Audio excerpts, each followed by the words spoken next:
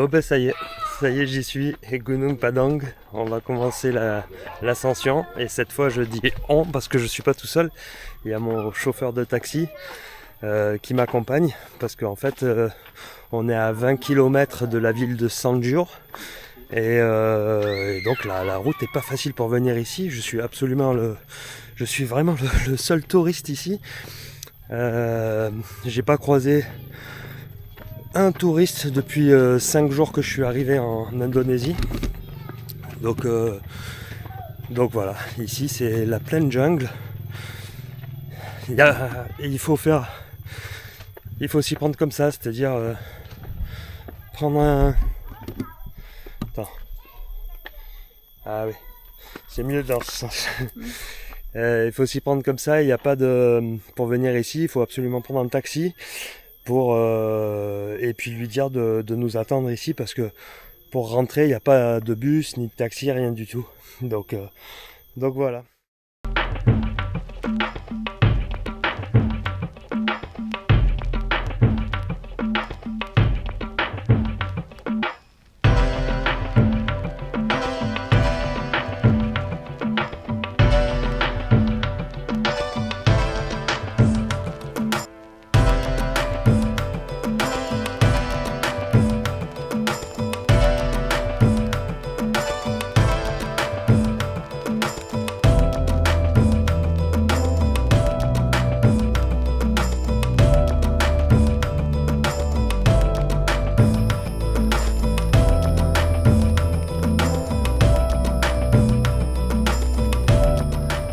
Donc ça y est, on y est presque. Donc voilà, la montée, bon ben, ça grimpe, normal, un petit peu essoufflé. Mon chauffeur de taxi il est cuit déjà. Et le plateau avec les mégalithes, les gros cailloux. C'est parti, voilà le plan du site. Je pense pas que ce soit très grand. On va voir ça. On est juste à l'entrée. C'est juste là en haut. Et voilà, on est tous les deux. Et on va rentrer là.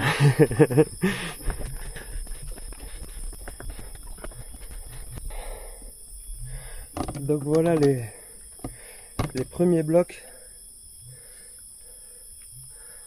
typiques du site, un petit peu les mêmes que Nan Madol, donc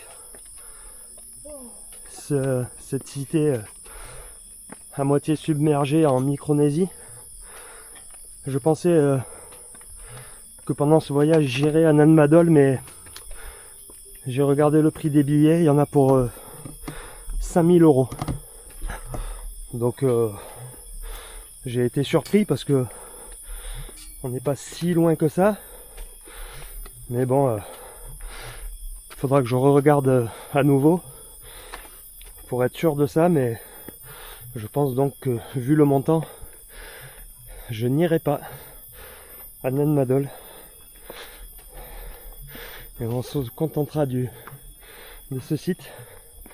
Voilà, Gunung Padang. C'est parti pour la visite. Waouh!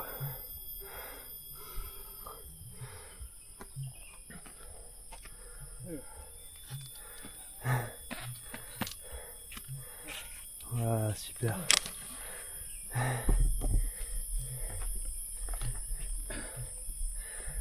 Excellent.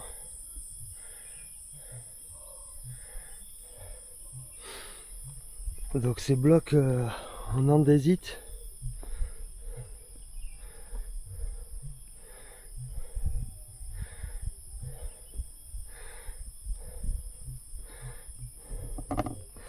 C'est parti, je vais regarder, je vais faire le tour ici.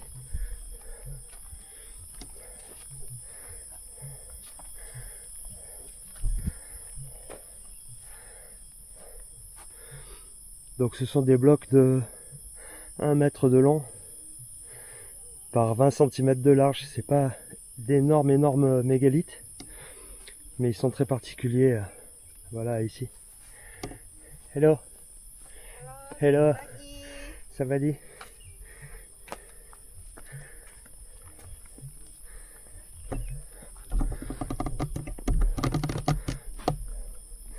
Alors je sais pas si les touristes arrivent après, un peu plus tard, mais vu qu'on on entre dans la saison des pluies en fait. Hier il est tombé un orage, je vous raconte pas, hier soir, c'était impressionnant. Et j'avais regardé la météo et ils annonçaient la pluie pour aujourd'hui vers 10 h. Donc du coup je m'y suis pris tôt ce matin, je suis parti à 7 h de Sianjo pour arriver ici à 8 h à l'ouverture du site. Pour venir ici en taxi, il y en a pour 10 €, je vous montrerai, il faut télécharger l'application Grab, c'est le meilleur, hein. Comme ça vous n'avez pas à négocier quoi que ce soit. Les prix sont affichés, il n'y a pas de surprise. Ah, voilà, je vous dis, j'en ai eu pour aller 9 € pour venir ici et c'est vraiment le moyen le plus pratique. Et puis pour revenir, j'en aurai aussi pour 9 €, plus peut-être un petit peu plus donc, puisque le gars est venu avec moi, mais bon, en même temps je lui ai payé son billet d'entrée sur le site. Alors là c'est ridicule, hein, le billet d'entrée c'est 10 000 et 10 000 c'est moins d'1 €, hein, c'est 70 centimes, 50 centimes même, voilà, un truc comme ça. On voit cet immense arbre là avec les mégalithes qui se sont... L'arbre il a poussé autour des mégalithes, vous voyez les racines qui mangent les pierres, un peu comme sur les sites de Angkor au Cambodge. Et vous voyez cet arbre, hein, je sais pas quel âge il a. Et donc voilà les mégalithes couchés par terre. Voilà, les plus gros blocs que je vois pour l'instant font 1,50 m de long, pas plus, hein. Et derrière moi vous voyez la montagne ici, avec encore un bel arbre au sommet. Alors, je vais aller par là voir. Je vais quand même prendre mon temps parce que je pense que il n'y a que ça à voir. Après il y a un petit tour à faire, mais le gros du truc c'est ça, hein. Donc ce que je peux vous raconter rapidement, après je rajouterai peut-être des voix off ou des textes en bas de la vidéo comme d'habitude. Mais donc ici il y a plusieurs datations et le mystère c'est que en fait la base du site, il y a 3 niveaux de construction et le niveau le plus ancien daterait de 20 000 voire plus. Voilà, 20 000 avant notre ère. Et oui, donc en effet, cette colline serait en fait la plus ancienne pyramide du monde. C'est Science et Vie qui vient nous révéler ça dans son dernier numéro. Gunung Padang serait donc le premier monument conique construit par l'homme. Cette hypothèse a donc été émise pour la première fois en 2018 à la suite de fouilles effectuées par des archéologues entre 2011 et 2014. Et c'est donc le 20 octobre 2023 qu'un rapport officiel a été publié dans la revue Archaeological Prospection, révélant les preuves irréfutables d'un site mégalithique complexe et sophistiqué. Et donc ici il nous montre les schémas avec les 4 phases de construction. Donc je disais 3, mais a priori il y en a 4. Avec donc la phase 4 durant la dernière période glaciaire entre 25 et 14 000 ans avant notre ère. L'unité 3 vers moins 8 000, l'unité 2 vers moins 6 000 et la dernière phase vers moins 2 000. Donc c'est mystérieux, ils savent pas qui a fait ça et pourquoi et tout ça, mais enfin c'est une colline sacrée, donc depuis plusieurs milliers d'années. Et les peuples, civilisations se sont succédés sur cette montagne sacrée. C'est très très beau. Donc il y a voilà, puis les gens là, les Indonésiens sont très gentils.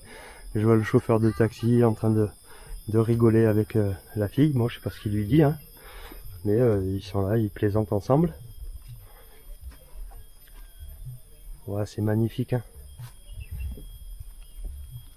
Oh, je me régale. Alors là, c'était vraiment un rêve. Hein. Je pensais pas venir ici un jour. Enfin voilà, pour nous, tout est possible. Hein.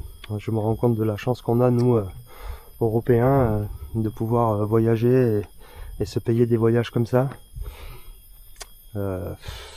C'est quand même quel luxe et quelle chance on a de pouvoir faire ça, voyager. C'est tellement beau quoi. Alors hier j'étais en plein doute, hier dans ma chambre, hein, je vous le dis.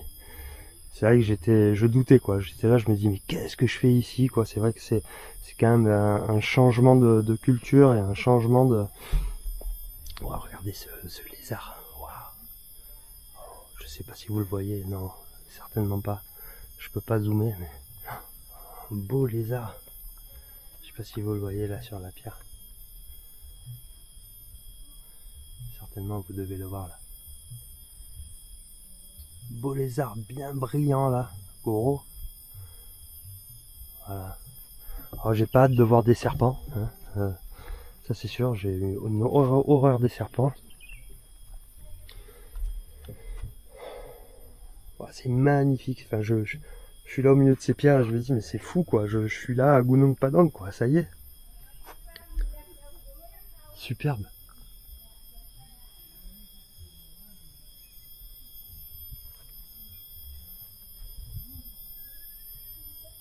Ah, il y en a partout de ces lézards là. Waouh, c'est beau, c'est beau, c'est beau, c'est beau, c'est beau.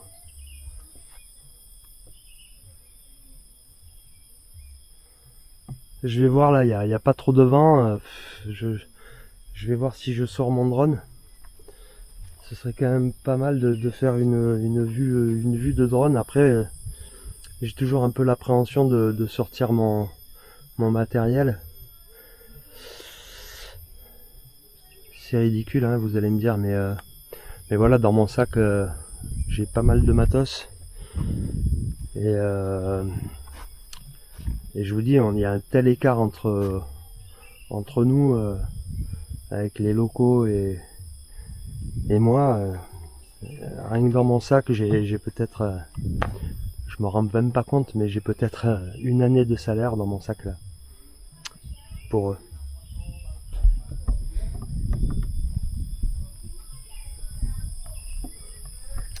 Je vais voir, je vais avancer un petit peu. On va continuer le tour. Je vais continuer le tour et puis en repassant ici, je verrai si je sors mon drone. Mais je vais faire le tour là. Allez, c'est parti, on avance. On va essayer d'aller sur ce monticule là derrière nous. Il y a le chemin qui monte. Donc je vais aller par là.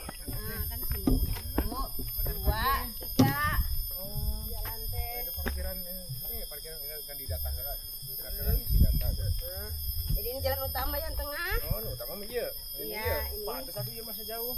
Emang jauh ini mah kan 300 berapa, kalau ini 500 berapa dia mah? Lebih tinggi. Lebih manjang. Alors on va prendre ce chemin là derrière et je vais faire le tour du coup de la montagne. Sambil ngarokok mah teu naonnya. Enggak apa-apa. Je vais faire comme ça. Iya.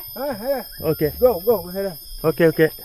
Mana rek ngomong naon aya di itu nanyakeun we lah ku Mas ya. Makasih. Ayo.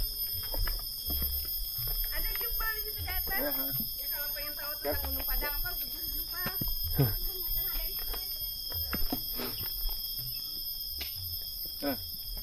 Ouais.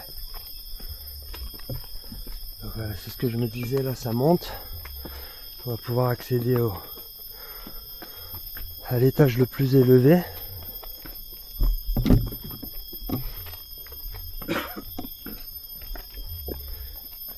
Alors ce que je remarque aussi sur les blocs, c'est qu'il y a des trous. Je sais pas si ces trous servaient d'encoche. Ouais. Pour lier les blocs entre eux. Mais je vais vous montrer. Waouh.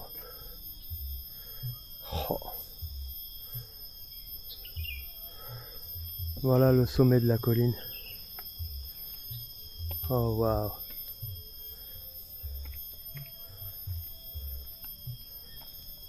Ah, c'est super joli.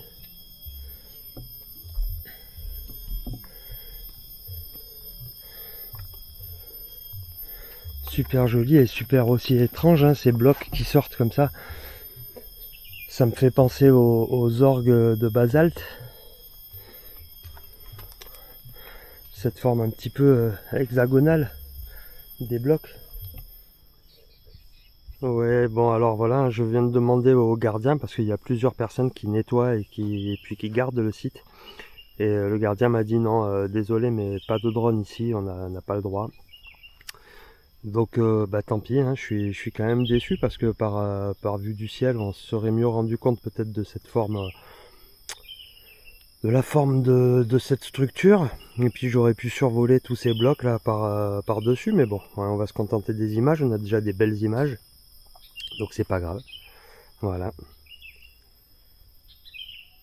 Donc là on est sur la deuxième plateforme, il m'a montré des empreintes de tigre. Donc je vais vous montrer un peu ce que ça donne. J'ai pris 2-3 photos, mais voilà, alors je vais me rapprocher de l'empreinte. Alors ici il y en a une première.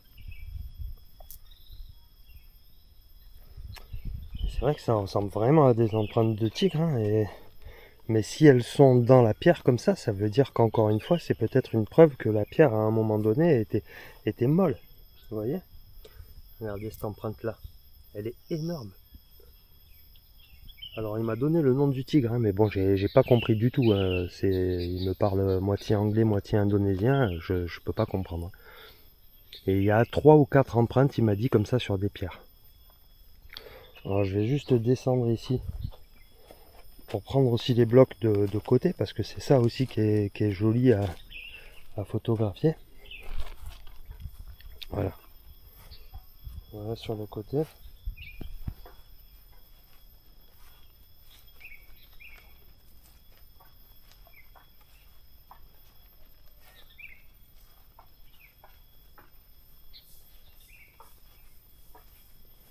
Vous voyez comme ils ont mis les blocs les uns sur les autres pour former les terrasses.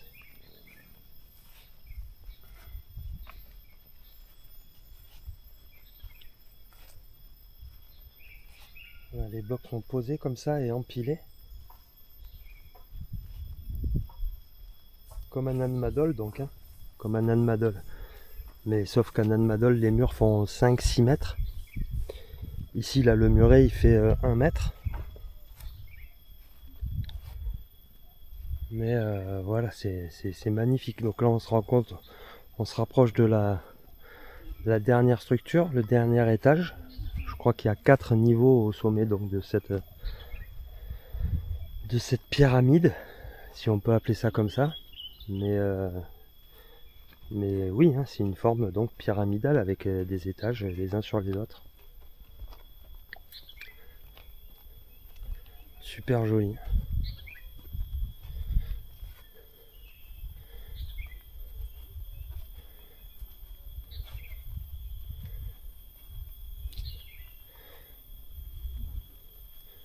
Alors, je vois encore des beaux lézards, mais c'est tout.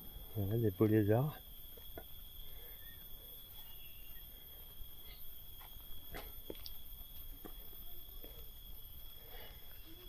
Donc là voilà le dernier étage, sommet.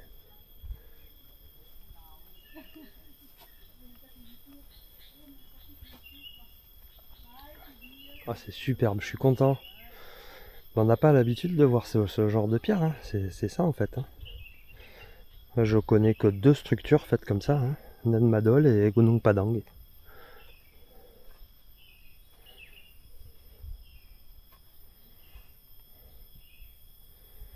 Alors peut-être sur les îles en Micronésie, il y en a d'autres. Alors en réfléchissant un petit peu mieux après coup, c'est vrai que j'ai déjà vu des pierres de ce genre et c'était en Colombie l'année dernière sur le site de San Agustín. Voilà, il y avait plusieurs structures dans les dolmens avec des pierres de ce type. Bon alors là je fais le tour par l'autre côté, donc on voit ces pierres qui sont encore un peu dressées. Et alors là, bon, bah, je vous dis, il y a aussi un truc, c'est vraiment sympa quand même cet outil. C'est sur le téléphone, j'ai pris un petit forfait pour l'étranger quand même. Parce que des fois, je me retrouve vraiment isolé sur des coins où bah, personne ne me comprend. Et même pour les adresses des hôtels ou quand je suis avec des chauffeurs de taxi, bref. Et donc là, c'est l'outil de traduction. Donc les gens peuvent parler dans mon téléphone et ça me traduit en français. Et donc là il y a une dame qui venait me parler, je comprenais absolument rien. Et en fait elle me proposait des cafés.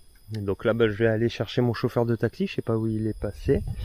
Mais lui proposer un café, moi je vais m'en prendre un aussi, on va aller se mettre à l'ombre un petit peu. Ma caméra est en surchauffe, elle s'est complètement arrêtée là tout à l'heure. Trop chaud. Donc voilà, je vais voir si je trouve le chauffeur et on va aller se boire un petit café à l'ombre. Je vais aller là, il est là. Voilà. Allez, et je vous reprends tout à l'heure. Bon, j'étais en train de redescendre, mais là je sors un petit peu du sentier. Alors j'espère que j'ai pas croisé une bestiole. Je sors du sentier, ça glisse, il y a des feuilles de bambou partout.